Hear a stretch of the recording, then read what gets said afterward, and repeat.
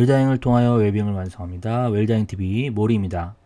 오늘은 소설 칼의 노래로도 유명한 베스트셀러 김훈 작가님께서 쓰신 어떻게 죽을 것인가 라는 글을 함께 읽어보도록 하겠습니다. 최근에 읽은 글 중에 죽음에 관한 철학과 인사이트가 가장 인상 깊었던 글이어서요. 소개해드리고 싶은 마음에 이렇게 준비해보게 되었습니다. 그럼 같이 한번 읽어보도록 하겠습니다. 망팔이 되니까 오랫동안 소식이 없던 벗들한테서 소식이 오는데 죽었다는 소식이다. 살아있다는 소식은 오지 않으니까 소식이 없으면 살아있는 것이다. 지난달에도 형벌 되는 벗이 죽어서 장사를 치르느라고 화장장에 갔었다. 화장장 정문에서부터 연구차와 버스들이 밀려 있었다. 관이 전기화로 속으로 내려가면 고인의 이름 밑에 소각 중이라는 문자등이 켜지고 40분쯤 지나니까 소각 완료, 또 10분쯤 지나니까 냉각 중이라는 글자가 켜졌다. 10년쯤 전에는 소각에서 냉각까지 100분 정도 걸렸는데 이제는 50분으로 줄었다. 기술이 크게 진보했고 의전을 관리하는 절차도 세련되다. 냉각 완료되면 흰 뼈가루가 줄줄이 컨베이어 벨트에 실려서 나오는데 성인 한 사람분이 한 대 반 정도였다. 직원이 뼈가루를 봉투에 담아서 유족들에게 하나씩 나누어 주었다. 유족들은 미리 준비한 옹기에 뼈가루를 담아서 목에 걸고 돌아갔다. 원통하게 비명 행사한 경우가 아니면 요즘에는 유족들도 별로 울지 않는다. 부모를 따라서 화장장에 온 청소년들은 대기실에 모여서 아이스크림을 먹고 스마트폰으로 게임을 하고 있었다. 제 입으로 우리는 호상입니다 라며 문상객을 맞는 상주도 있었다. 그날 3살 난 아기가 소각되었다. 종이로 만든 작은 관이 내려갈 때 젊은 엄마는 돌아서서 울었다. 아기의 뼈가루는 서너 옵쯤 되었을 터이다. 뼈가루는 흰 분말에 흐린 기운이 스며서 안개 색깔이었다. 입자가 고와서 먼지처럼 보였다. 아무런 질량감도 느껴지지 않았다. 물체의 먼 흔적이나 그림자였다. 명사라기보다는 흑인이라는 형용사에 가까웠다. 뼈가루의 침묵은 완강했고 범접할 수 없는 정막 속에서 세상과 작별하고 있었다. 금방 있던 사람이 금방 없어졌는데 뼈가루는 남은 사람들의 슬픔이나 애도하는 사소한 관련도 없었고 이 언어 도단은 인간 생명의 종말로서 합당하고 편안해 보였다. 죽으면 말길이 끊어져서 죽은 자는 산자에게 죽음의 내용을 전할 수 없고 죽은 자는 죽었기 때문에 죽음을 인지할 수 없다. 인간은 그저 죽을 뿐 죽음을 경험할 수는 없다.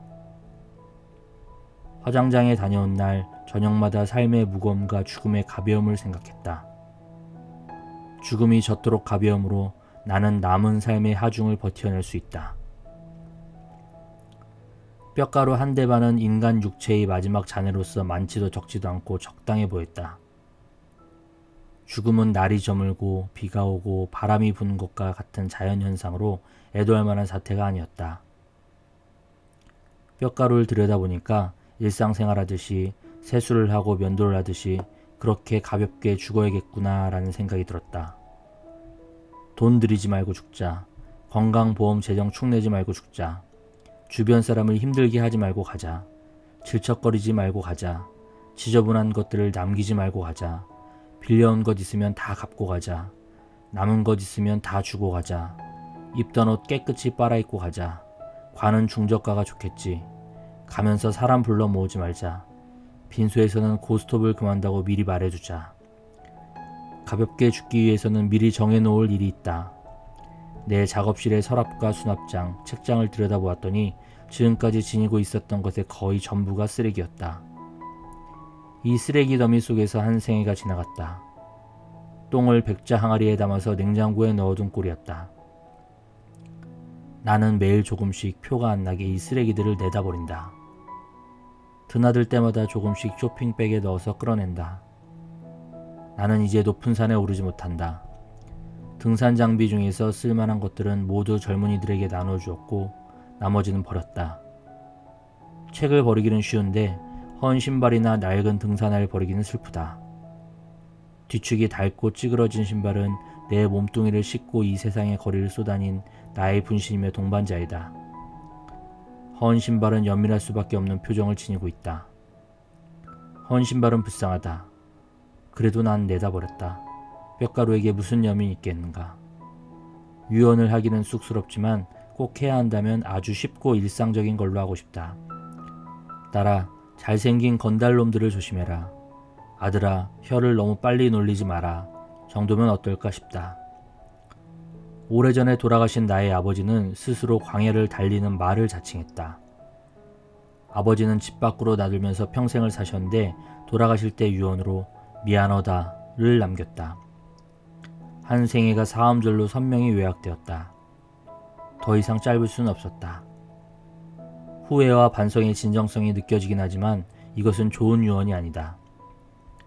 이미 돌이킬 수 없이 늦었고 대책 없이 슬프고 허허로워서 어쩌자는 것인지 알 수가 없다. 퇴계 선생님은 죽음이 임박하자 조화를 따라서 사라지며 다시 또 무엇을 바라겠는가 라는 시문을 남겼고 임종의 자리에서는 매화에 물 줘라 하고 말씀하셨다고 제자들이 기록했다. 아름답고 격조 높은 유언이지만 생활의 구체성이 모자란다. 내 친구 김용택 시인의 아버지는 섬진강 상류의 산골 마을에서 평생 농사를 지으며 사셨다. 김용택의 아버지가 돌아가실 때 김용택을 불러놓고 유언을 하셨는데 네 어머니가 방마다 아궁이에 불 떼느라고 고생 많이 했다. 부디 연탄 보일러를 놓아드려라 라고 말씀하셨다. 나는 이 이야기를 김용택의 어머니 박덕성 여사님한테서 직접 들었다. 몇 년 후에 김용택의 시골집에 가봤더니 그때까지도 연탄 보일러를 놓지 못하고 있었다. 나의 아버지, 퇴계 선생님, 김용택의 아버지, 이 세 분의 유언 중에서 나는 김용택 아버지의 유언이 최고라고 생각한다. 이 유언은 건실하고 씩씩하고 속이 꽉 차 있다.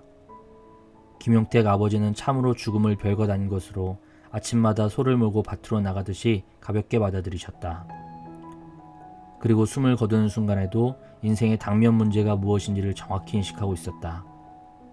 이 정도 유언이 나오려면 깊은 내공과 오래고 성실한 노동의 세월이 필요하다. 아무나 되는 것이 아니다. 삶은 무겁고 죽음은 가볍다. 죽음과 싸워서 이기는 것이 의술의 목표라면 의술은 백전백패한다. 의술의 목표는 생명이고 죽음이 아니다. 이국중처럼 깨어진 육체를 맞추고 꿰매서 살려내는 의사가 있어야 하지만 충분히 다 살고 죽으려는 사람들의 마지막 길을 품위 있게 인도해주는 의사도 있어야 한다. 죽음은 쓰다듬어서 맞아들여야지 싸워서 이겨야 할 대상이 아니다. 다 살았으므로 가야 하는 사람의 마지막 시간을 파이프를 꽂아서 붙잡아 놓고서 못 가게 하는 의술은 무의미하다. 가볍게 죽고 가는 사람을 서늘하게 보내자. 단순한 장례 절차에서도 정중한 애도를 실현할 수 있다. 가는 사람도 보낸 사람도 의술도 모두 가벼움으로 돌아가자. 뼈가루를 들여다보면 다 알 수 있다. 이 가벼움으로 삶의 무거움을 버텨낼 수 있다. 결국은 가볍다. 네, 김은 작가님의 어떻게 죽을 것인가라는 글을 읽어봤습니다. 저 역시도 연탄 보일러를 놓아드리라는 김용택 작가 아버님의 유언이 가장 기억에 남은 것 같습니다. 나의 죽음이 끝이 아니라 남은 이들을 배려하는 죽음의 모습, 그리고 또 죽음은 쓰다듬어서 맞아들여야지 싸워서 이겨야 할 대상이 아니다. 삶은 무겁고 죽음은 가볍다라는 구절이 와닿았고요. 일상의 모습처럼 죽음을 가볍게 받아들이는 모습, 그러기 위해서는 삶 역시 가볍게 살아야 함을 다시 한번 깨닫습니다. 네, 그럼 오늘 영상은 여기서 마치도록 하겠고요. 다음 영상에서 유익한 내용으로 찾아뵙도록 하겠습니다. 웰다잉을 통하여 웰빙을 완성합니다. 웰다잉TV 몰이었습니다. 구독과 좋아요, 알림 설정, 댓글은 큰 힘이 됩니다. 감사합니다.